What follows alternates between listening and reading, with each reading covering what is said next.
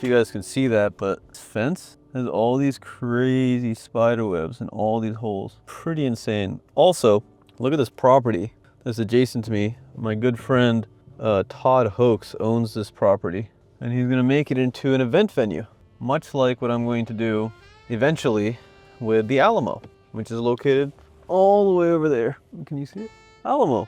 And this is Franklin Delano. So I've been working on a lot of fun stuff, actually. Just had a conversation with the mayor of Franklin. He is a very, very nice man. And, you know, it's my first time really interacting with politicians on like a personal level.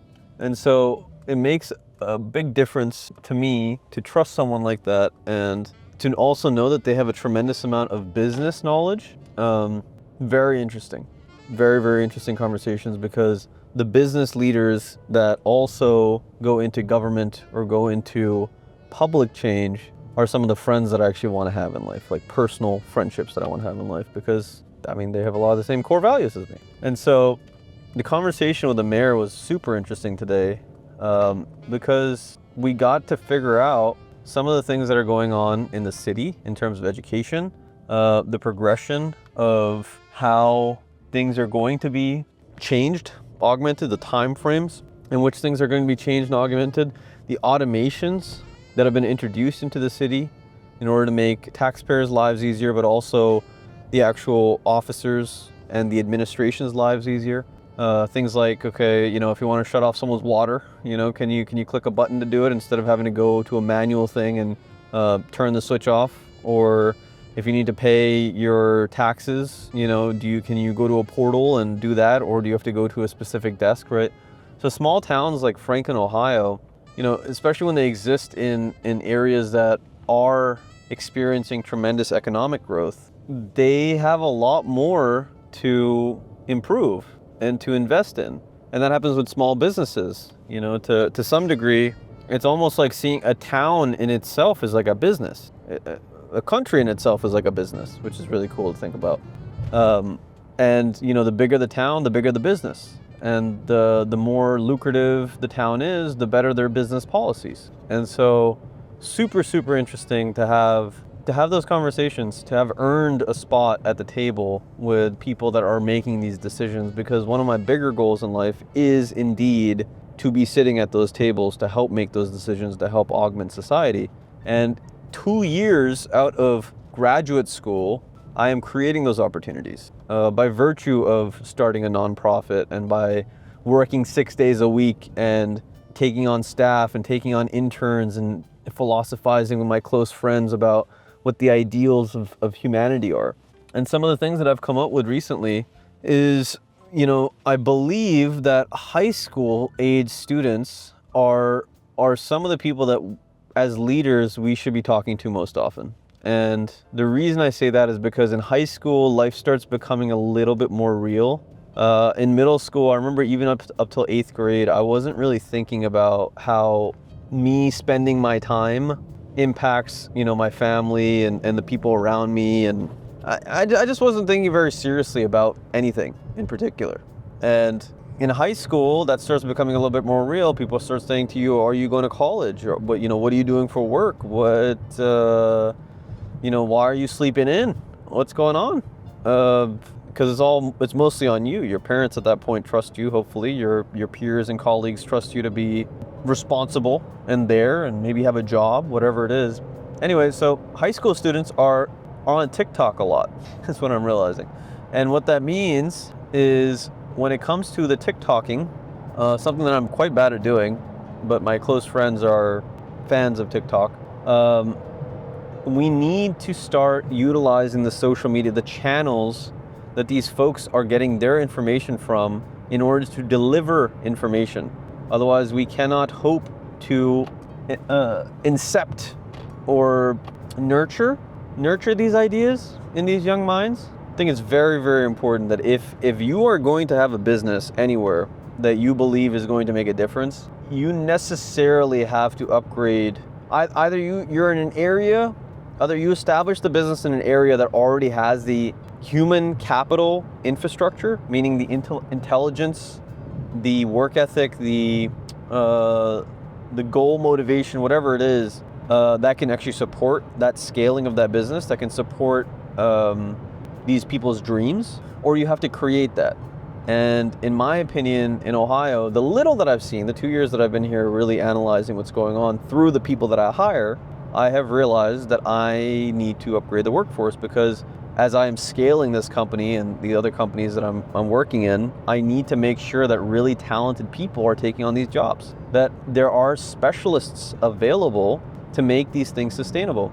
And so adhering to the philosophy of abundance is I am planting a lot of seeds, and I am making sure that not only am I planting the seeds, but I'm also creating the things that nurture the soil, the programs required, the little droplets, the hints that these young leaders are going to need, the opportunity for them to go and mentor under perhaps the mayor of a city, or a successful business owner, or a specialist, a blue collar specialist, or a lawyer, or whatever, right? To have the opportunity to go and see this thing, because I really believe that apprenticeship is something that has been lost in humanity in a lot of ways. And I think it's by virtue of the specialists themselves feeling that they don't have enough time or an appropriate sustainable strategy to actually get the right apprentice.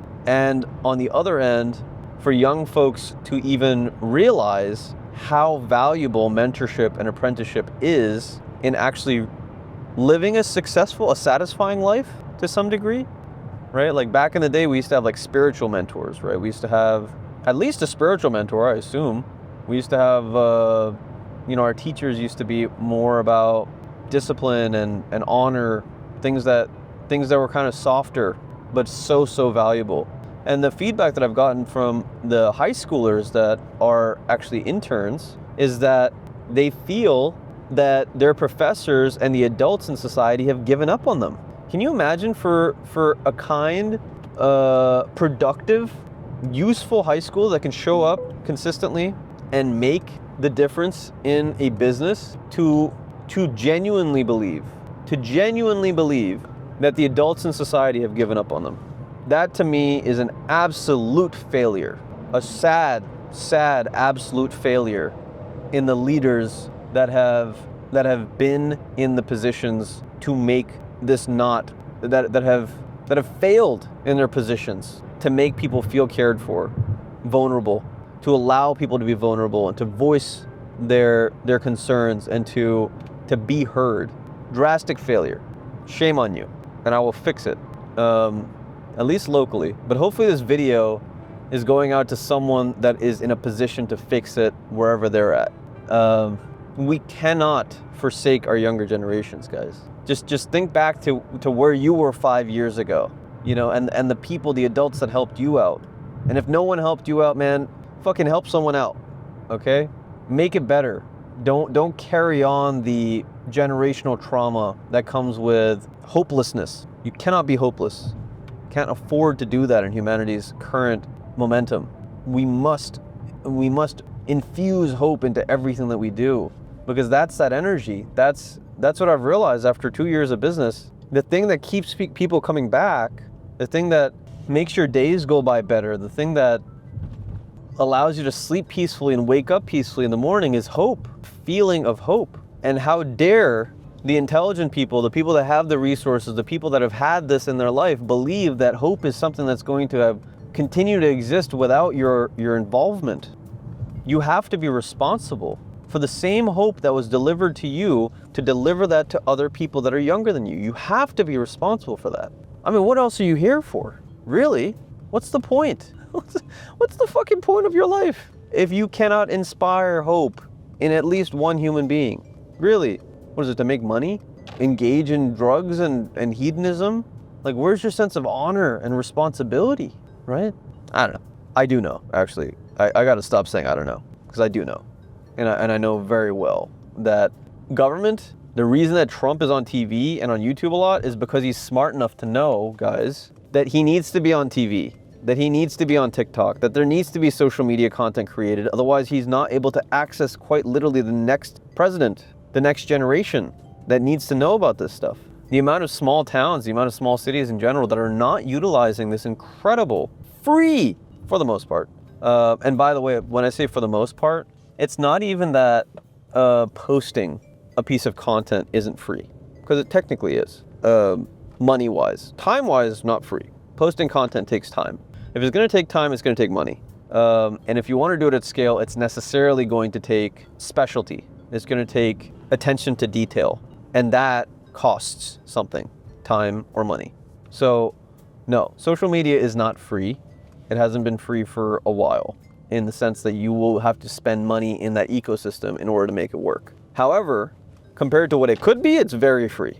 Imagine having to pay to post something. That's coming. At least from Gary Vee, that's coming, right? So as governments, as structures that empower, that provide hope to their people, we must utilize the mediums that they are utilizing. We must be there. Otherwise, we do not exist. And then, who the fuck is gonna be your next mayor? Who's gonna be your next judge? Who's gonna be your next police officer? Who's gonna be your next dentist, doctor? Who is it gonna be? You're gonna leave that up to fate? Up to some random assortment? Like, here, someone taking care of your father's hair, pick them out of a hat. There's just a random list of names, pick them out of a hat. Or we can spend the fucking time and energy to put out these good messages, even if one person hears them, and tell them, hey man, woman, them, if you want to go and help people, this is a route you might want to think about. And in fact, I encourage you to go and do that thing, because we fucking need you, like badly. And the governments, the people, if anyone's watching this video in government, if you're not utilizing the things that kids are utilizing, you're missing the point of your position. Sorry. In order to communicate, right?